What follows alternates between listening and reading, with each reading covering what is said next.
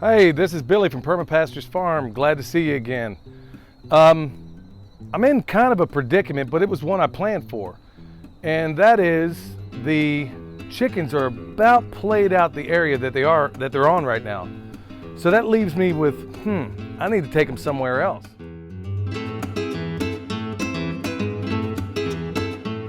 Well, I have options. And this, where I'm standing right now, this is the site of the other side of the building I'm normally operating on. There's a narrow strip here, probably at most maybe 15 feet wide. And it goes around this way and back around behind me. It goes the full length of this building, and this is a 60,000 square foot building.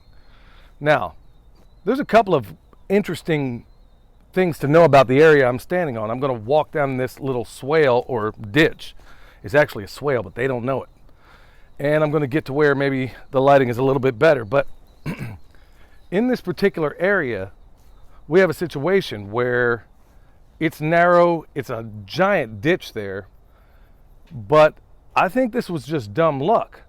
When I checked the contour on it, this ditch is actually level and it's on contour. This ditch right here behind me, right over this side right here, you see that little where the shadow's shining? That's a ditch, but it's actually on contour. So guess what it made it? It's actually a swale. Now, if you look at it down through there, the whole purpose of this thing was, I think whoever the contractors were that did it, the intention was to put it in that ditch and then find a way to put it down in another place. But like I said, I've run out of places to run the chickens, and now I'm in the situation where they need something else. And that's perfectly cool. I planned for it. The only thing is, in this particular space, I got to be really, really careful about a few things. But as you can see, up and down this building, nobody ever planned on the permaculture pimp daddy running chickens through here. So nobody cared about whether or not I'm going to be able to power an electronet and whether or not I got the things I need to make it all work. So I'm gonna put in a electrical receptacle. You call them a plug, but they're receptacles, whatever. You're going to find yourself, if you do something like this, you may find yourself in a similar situation. Now, folks, in full disclosure, what I'm about to do, never, ever, ever do it without a trained professional like me, or definitely never do it on your house. I have to tell you that. I'm not giving you electrical advice in terms of anything other than running an electronet. It's important that I say that. Okay, so folks, what I have here is this is a 6-foot ground rod. I typically use 8, but they had 6 at Tractor Supply. Now, there's a lot of people that when they ground something, I can go through all the technical electrical jargon of why it's important to ground this. Well, in short, all you need to know is your fence ain't going to work if you don't have it grounded, if you don't have one end of that charger grounded. And I elect not to go with the solar type, which I have in the back of this truck over here. I elected not to go with the solar type because it doesn't actually get the kind of power that I want, that I feel I need in particular for this area. Because if you look around me, we got a lot of woods there. We got a building up around the other way. The problem is with those woods, you're going to have natural predation that I think is going to be a little bit stronger than it has been on the other side, because there's been a high human presence. There's always been a human presence over on that side, almost never on this side, very seldom. So the opportunity for some rascal to come in here and run away with one of my chickens, or all of them, is much, much higher. So I'm not going to get anywhere near the kind of output or the certainty that I'm going to get on a charger that I know I can plug into the wall. I know that I'm going to have a heck of a lot more output, even though I have one of the high-speed Premier 1 type chargers. But folks, the only reason I'm even doing this video is because I'm going to drive this ground rod a special way that may very well help you, and I'm going to do it with nothing more. I'm not going to do it in the old days. People would have driven these ground rods using a sledgehammer, and when I first got in the trade, that's exactly how we did it. You would work all day just to put in a 10-foot ground rod or an 8-footer.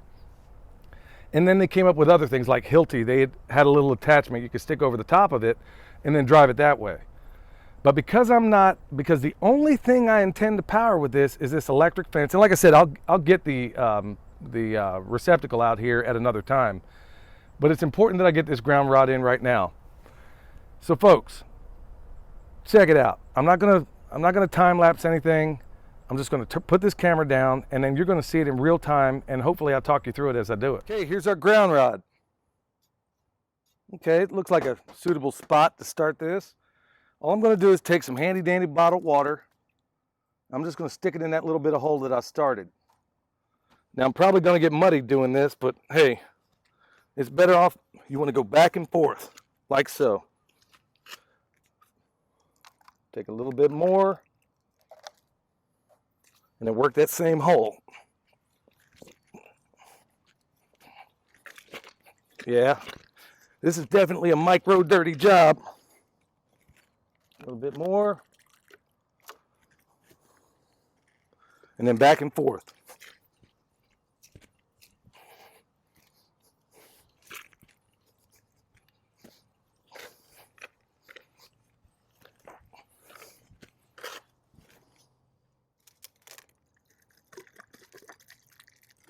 How you like me now?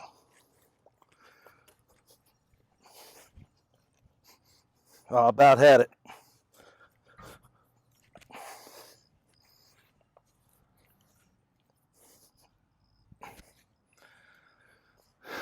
Don't really need to go any further.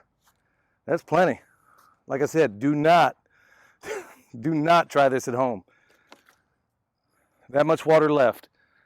And that was a 6-foot ground rod. There you have it, folks. Ground rod driven in under a minute. Not difficult, not hard, but I'll tell you what, if you had to do this the old-fashioned way with a hammer, you're going to be out here a while, depending on the soil, of course.